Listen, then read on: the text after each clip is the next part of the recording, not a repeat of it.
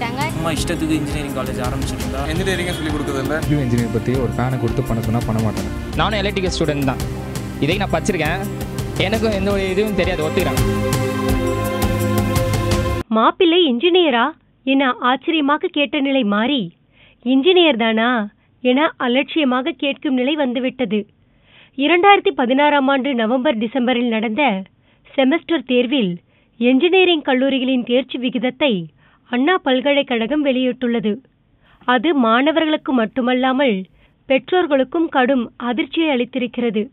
காரணம், தமிழகத்தில் அண்ணா பல்கலைக்கழகத்தின் கீழ் இயங்கும் 506 கல்லூரிகளில் ஒன்று கூட 100% தேர்ச்சி பெறவில்லை. சும்மா இஷ்டத்துக்கு இன்ஜினியரிங் காலேஜ் ஆரம்பிச்சிட்டு இருந்தா நிறைய பேர் வாழ்க்கை ஸ்பாயில் ஆகுது.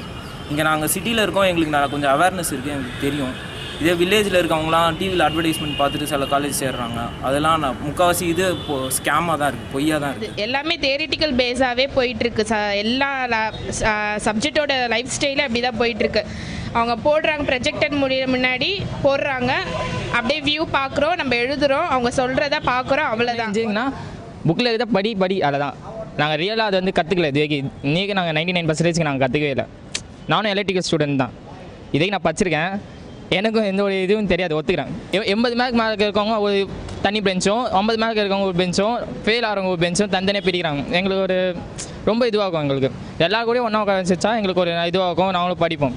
ஸோ அதனாலே நாங்கள் ஃபெயில் ஆக சான்சஸ். எங்களோட டெவலப்மெண்ட் பார்க்க மாட்டாங்க.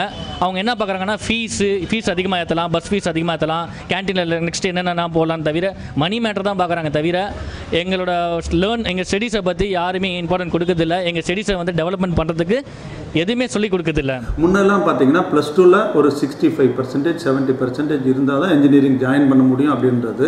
லேட்டர் அதை நம்ம கம்மி பண்ணி கொண்டு வந்துட்டோம். ஒரு சில கம்யூனிட்டி நம்ம பாஸ் பண்ணியிருந்தாலே போதும், 45% இருந்தாலே போதும், 50% இருந்தாலே போதும் அப்படின்னு கொண்டு வந்துட்டோம். அது ஒன்று.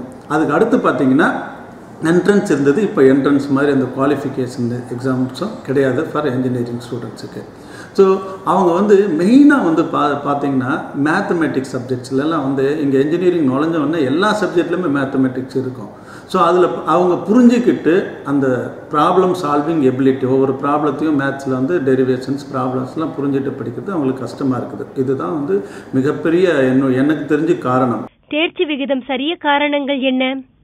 திறமையான பேராசிரியர்கள், போதுமான கட்டமைப்பு வசதிகள் இல்லை என்ற வாதம் முதலில் வைக்கப்படுகிறது. இப்போ இன்ஜினியரிங் காலேஜில் பார்த்தீங்கன்னா இன்ஜினியரிங்கே சொல்லி கொடுக்குறதில்ல. நிறைய இது வந்து ஸ்கூல் மாதிரி அப்படியே ஸ்பூன் ஃபீடிங் பண்ணிகிட்டு இருக்காங்க. ஒரு போர்ஷன்ஸ் கொடுத்து அதை படிக்க சொல்லிட்டு இருக்காங்க. டீச்சர்ஸும் சும்மா பேருக்கு வந்தமாக போனமாக நடத்திட்டு இருக்காங்க. எங்களுக்கு தேவையான இதுகள் கிடைக்கிறது இல்லை. அது மட்டும் இல்லாமல் சயின்ஸ் எக்ஸிபிஷன் அது மாதிரிலாம் எதுவுமே மோட்டிவேட் பண்ணுறதில்ல. 5 லட்சம் 6 லட்சம் இன்ஜினியர்கள் வெளியே வராங்க. வேலை வாய்ப்புகள் பார்த்தீங்கன்னா ஐடியில் 1 லட்சம் தான் இருக்குது. அப்போ 4 லட்சம் பேர் என்ன பண்ணுவாங்கன்னா அவங்களோட இது கவலைக்குரியதாக. எந்த காலேஜில் லேப் ஃபெசிலிட்டிஸ் ஃபஸ்ட்டு கிடையாது. சும்மா காலேஜ் ஓப்பன் பண்ணணும்னு ஓப்பன் பண்ணி வச்சுருக்காங்க தவிர ஸ்டாஃப் ஒழுங்காக எம்ஏ படித்த ஸ்டாஃப்ஸ் எங்கேயுமே கிடையாது.